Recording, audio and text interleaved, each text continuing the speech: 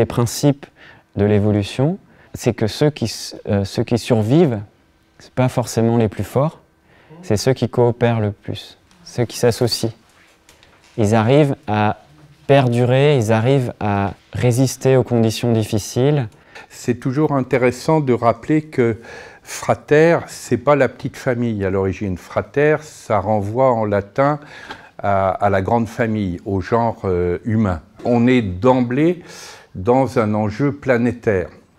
Entre le paléolithique et le néolithique, eh ben, il y a eu toute une partie où il n'y a pas de traces avérées, vues, reconnues, identifiées de violence et de guerre. En tout cas, de guerre, non, et de violence, très peu. Ben, dans la forêt, ce n'est pas du tout l'histoire qu'on se raconte, que les arbres jouent des coudes pour l'accès à la lumière. Mais en fait, c'est une expérience qui date de 15-20 ans déjà, mais on commence à peine à y croire. C'est qu'en fait, tous les arbres sont connectés par leurs racines, grâce à des champignons, des mycorhizes. Ils connectent toutes les racines. Donc ça, déjà, une symbiose entre champignons et arbres permet aux arbres de capter beaucoup plus de nutriments et d'eau partout, grâce aux champignons qui vont partout dans les interstices. Et les arbres, en échange, comme ils photosynthétisent, ils donnent des sucres aux champignons. Donc il y a un mutualisme très fort, une symbiose même, que tous les arbres sont impliqués là-dedans. Et puis en fait, le champignon, il est malin, il a interconnecté toutes les racines de la forêt, c'est un internet très complexe, qui permet d'échanger les nutriments. Et du coup, les arbres forts peuvent donner des sucres aux arbres plus faibles, les vieux aux jeunes qui démarrent, les sains aux malades, et au sein d'une espèce, d'une famille, mais entre les espèces. On a cherché, et dans les traces qu'on voit des ossements, on trouve très rarement des traces de violence faites délibérément d'humain à humain, et les traces de guerre, elles sont récentes. Nous sommes menacés comme famille humaine, mais nous sommes menacés par notre propre part d'inhumanité.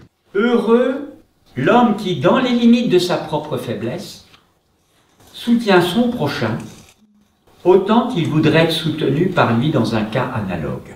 L'image en tant que telle, selon où elle est placée dans cet espace à l'intérieur de nous, elle va produire des choses différentes.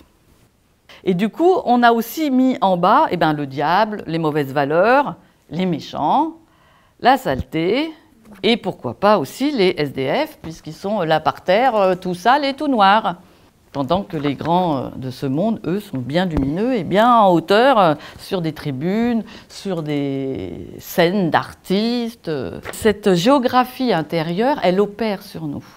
Donc c'est intéressant de voir que la représentation qu'on avait sur l'homme préhistorique, elle est complètement fausse. Les symbioses sont partout en fait, partout dans le monde vivant. Ce qu'on a fait dans notre tour d'horizon, c'est de constater que tous les êtres vivants ont des relations d'entraide. Nous avons été très imprégnés, impressionnés par des choses, et c'est à notre charge de décider de voir les choses autrement. Donc si on peut se réapproprier que notre humanité a été bien plus aidante, aimante et bienveillante pendant si longtemps avant, c'est pas mal. Nos belles valeurs en haut et nos mauvaises valeurs en bas, elles sont là en train de s'entrechoquer et ça met le bazar. Ça met le bazar.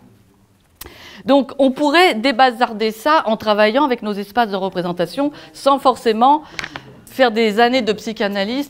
Voilà, en travaillant sur cette géographie intérieure, on pourrait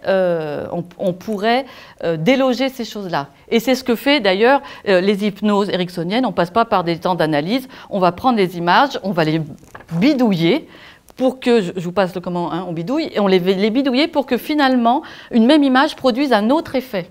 En vérité, pourquoi elle va passer un autre effet? Parce qu'elle va se loger autrement dans l'espace de représentation et elle va s'associer à un autre type de contenu. Parce que les traces de prise en compte des personnes handicapées au paléolithique par Néandertal, il y en a. La nouvelle géopolitique de demain, c'est celle qui considère que la question de la sagesse, la question de l'amour, la question de la puissance créatrice, et non pas de la puissance dominatrice, c'est central. Donc à ce moment-là, c'est un pouvoir de création et qui est démultiplié par la coopération.